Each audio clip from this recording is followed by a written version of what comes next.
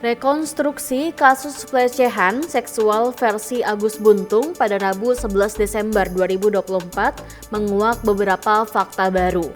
Dalam rekonstruksi, Agus Buntung memeragakan 49 adegan di 3 lokasi, Taman Udayana, Islamic Center, dan Nengs Homestay.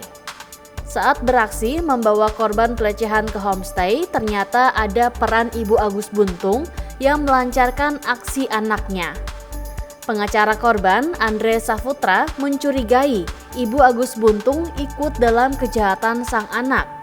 Sebab saat beraksi, Agus Buntung selalu meminta tolong telepon ibunya. Agus Buntung sendiri ternyata bisa 3 kali sehari datang ke homestay membawa wanita yang berbeda. Dalam rekonstruksi kasus pelecehan versi Agus Buntung itu pun berawal menuju ke homestay sambil dibonceng oleh korban. Kemudian ada adegan korban memberikan uang registrasi ke pegawai homestay.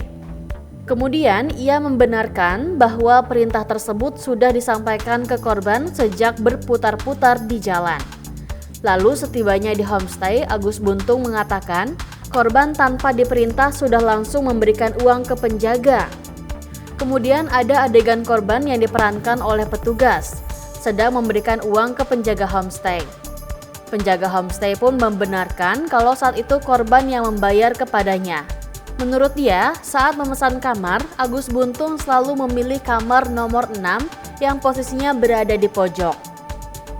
Ia pun mengatakan kalau dirinya sudah sering melihat Agus Buntung datang dengan membawa banyak wanita berbeda. Senada dengan pengelola homestay, Sinta Agustina membenarkan Agus Buntung sering datang ke homestay-nya. Sinta pun mengaku kerap melihat ada yang janggal dengan wanita yang setiap kali dibawa oleh Agus Buntung. Namun ia mengaku tidak tahu kenapa wanita itu menangis sebab tidak mendengar adanya suara teriakan dari dalam kamar. Sinta pun membantah adanya tudingan yang mengatakan kalau dirinya bekerja sama dengan Agus Buntung.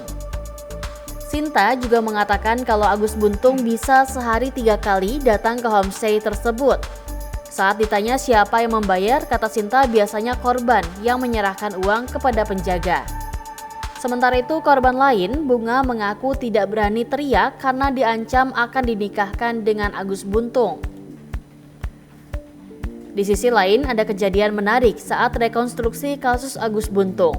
Saat itu pria disabilitas tersebut dimaki ketika naik motor. Kejadian itu pun menjadi sorotan netizen. Ekspresi Agus Buntung saat menjalani proses rekonstruksi yang digelar Polda Nusa Tenggara Barat itu pun menjadi perbincangan publik di media sosial. Rekonstruksi tersebut digelar di beberapa TKP berbeda yang merupakan lokasi pelaku pelecehan seksual ini menemui korbannya. Sedangkan kejadian yang viral di video diketahui terjadi di sela-sela rekonstruksi di salah satu TKP di Taman Udayana, Mataram. Dalam video singkat yang viral tersebut terlihat Agus Buntung melihat tajam kepada seseorang di antara kerumunan warga.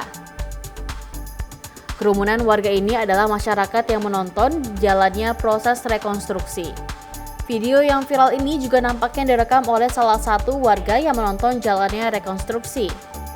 Agus Buntung menoleh dengan tatapan tajam setelah diteriaki warga. Ia langsung berbalik arah orang yang memakinya dengan tatapan yang menyiratkan kemarahan.